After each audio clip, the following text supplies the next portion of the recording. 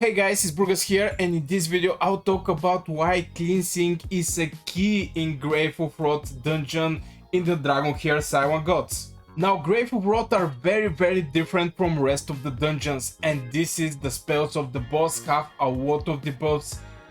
Poisons, healing reduction here is 50%, but in future if you go on the other stages you're going to see that is actually 100% healing prohibition, so you are not going to be able to even heal yourself. So why the cleansing, why this is so important in this fight? And this is just because the boss is spitting a lot of debuffs, and it's not only this poison and healing reduction. Okay, we can somehow heal maybe handle this, but yeah, definitely for the healing reduction you want to have a healer that, or maybe some other hero that is going to remove this debuff or just boost your resistance. Currently for the Colossal Scavenger, for 110, just the info, the enemy has 80 resistance and 100 accuracy, so you definitely want to boost your resistance to somehow resist most of the spells, because they're very annoying.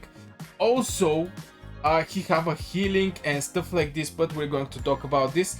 My personal strategy to handle all these debuffs, because I don't have a hero that is cleansing these debuffs, it will be way more easy somebody to clean this debuff. I have a hero, a healer that actually can care about this, and I actually use her, and this is Catherine.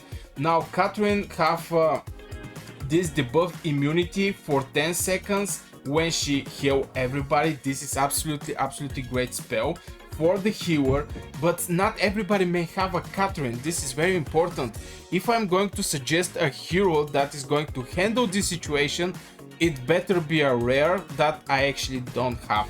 So yeah, currently I'm doing with the Catherine, but this is very important. The cleansing is very important in the Grave of Wrath, and is not, she provides with 10 seconds this shield for the debuffs, but all these debuffs is for a lot of seconds. I mean, for 30 seconds, deal poison damage to all enemies, inflicting with healing reduction and 2 stacks of poison for 30 seconds.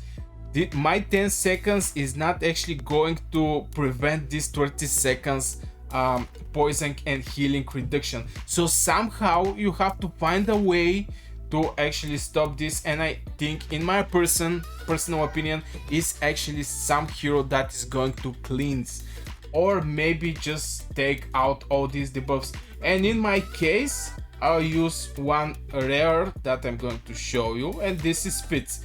He's on level 70, but his work is just to take out all these debuffs, and this is transfer all alias debuffs to the hero. Each successful transfer grant additional healing, so he will get all the debuffs, since as you can see is working over all map, and is going to get some extra healing, but he's going to receive these debuffs. This is the important thing. If you transfer 10 stacks of poison, he's going to have 10 stacks of poison, but still it's a very good way to somehow cleanse your heroes. And in the Grave of Wrath, especially on the hard stages, things are becoming more and more hard. Currently I am on the stage 5, but on the hard stages like stage 9, here the healing prohibition is for me the biggest problem. Here you're going to have big coordination on your fight, and it will be really hard to do on auto. Maybe if you have very decent damage dealers, that is going to kill the boss very fast, but still I think this all these debuffs that this boss is having have to somehow be reduced by something. So yeah, this is my suggestion, and why for me the cleansing is very important in Grave of Wrath. Maybe not for the other dungeon, but definitely for Grave of Wrath is a key for success there. So I guess this will be for this video, guys. I hope you enjoyed. If you do, hit one like, subscribe to the channel, and see you in the next amazing video.